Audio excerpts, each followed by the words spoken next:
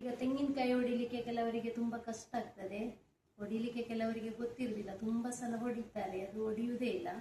ಅದಕ್ಕೆ ತೆಂಗಿನಕಾಯಿ ಹೊಡಿಲಿಕ್ಕೆ ಒಂದು ಈಸಿ ಮೆಥಡ್ ಹೇಳಿಕೊಡ್ತೇನೆ. ಈ ತೆಂಗಿನಕಾಯಿ ನಮಗೆ ತುಂಬಾ ಅಡಿಗೆಗೆಲ್ಲ ಅಗತ್ಯವಾಗಿ ಬೇಕಾದದ್ದು. ಇಲ್ಲ ನಮಗೆ ಇಲ್ಲಿ ದಕ್ಷಿಣ ಹೊಡಿಲಿಕ್ಕೆ ಸಹ ಕೆಲವರಿಗೆ ಕಷ್ಟ. ಈ ತೆಂಗು ಮತ್ತು ಇಂಗು ಇದ್ರೆ ಮಂಗನು ಅಡಿಗೆ ಮಾಡ್ತಾನಂತೆ, ಹಾಗೆ ಒಂದು ಮಾತುಂಟು. ಅಂದ್ರೆ ಅಷ್ಟು ಇಂಪಾರ್ಟೆಂಟ್ ಅಂತ ತೆಂಗಿನಕಾಯಿ. ಇದನ್ನು ಹೊಡಿಯೋದು ಹೇಗೆ ನೋಡಿ ತೋರಿಸ್ತೇನೆ. ಇದು ತೆಂಗಿನಕಾಯಿ ಅಲ್ಲ. ಈ ತೆಂಗಿನಕಾಯಲ್ಲಿ ಇಲ್ಲಿ 2 ಚಪ್ಪಟೆ ಕಣ್ಣುಂಟು ನೋಡಿ, 3 ಕಣ್ಣುಂಟು. 3 ಕಣ್ಣಲ್ಲಿ 2 ಚಪ್ಪಟೆಯಾಗಿ ಉಂಟು. ಇಲ್ಲೊಂದು ನೋಡಿ ಉಬ್ಬಿದ ಕಣ್ಣುಂಟು. ಇದು ಉಂಟಲ್ಲ ಜರ್ಮಿನೇಷನ್ 4. ಇದರಿಂದ ಜರ್ಮಿನೇಟ್ ಆಗುದು. ಇದು ಸ್ವಲ್ಪ ಸಾಫ್ಟ್ ಇರ್ತದೆ. ಇದೆರಡರಿಂದ ಜರ್ಮಿನೇಷನ್ ಅಂದ್ರೆ ಮೊಳಕೆ ಬರುವುದಿಲ್ಲ.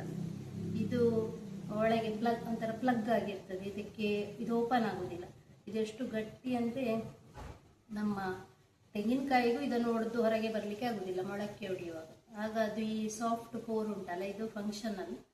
ಇಲ್ಲಿಂದ ಅದು ಓಪನ್ ಆಗಿ ಇದನ್ನು ಓಪನ್ ಮಾಡಿ, ಸಾಫ್ಟ್ ಅನ್ನು ಓಪನ್ ಮಾಡಿ ಬರುದು. ಈಗ ತೆಂಗಿನಕಾಯಿ ಹೊಡಿಬೇಕಂದ್ರೆ ನಾವೇನ್ ಮಾಡ್ಬೇಕಂದ್ರೆ ಈ ಕಣ್ಣು ಉಂಟಲ್ಲ ಸಾಫ್ಟ್ ನೋಡು, ಇದು ಗೊತ್ತಾಗ್ತದೆ. ಇದೆರಡು ನೋಡಿ ಗಟ್ಟಿ ಉಂಟು, ಇದು ಪ್ಲಗ್ ಆಗಿದೆ, ಇದು ಓಪನ್. ಇದನ್ನು ಹೀಗೆ ಕೈ ಮೇಲೆ ಇಟ್ಕೊಳ್ಬೇಕು. ಹೀಗೆ ಈ ಸೈಡ್ ಉಬ್ಬಿದ ಸೈಡ್ ಕೈ ಮೇಲೆ ಇಟ್ಕೊಳ್ಬೇಕು. ಮತ್ತೆ ಈ ಸೈಡ್ ಉಂಟಲ್ಲ ಇಲ್ಲಿ ಹೊಡಿಬೇಕು. ಇಲ್ಲಿ ರಿಡ್ಜ್ ಕಾಣ್ತದೆ ನೋಡಿ, ಇಲ್ಲಿ ರಿಡ್ಜ್ ಇಲ್ಲ, ಇಲ್ಲಿ ನೋಡಿ ರಿಡ್ಜ್ ಕಾಣ್ತದೆ.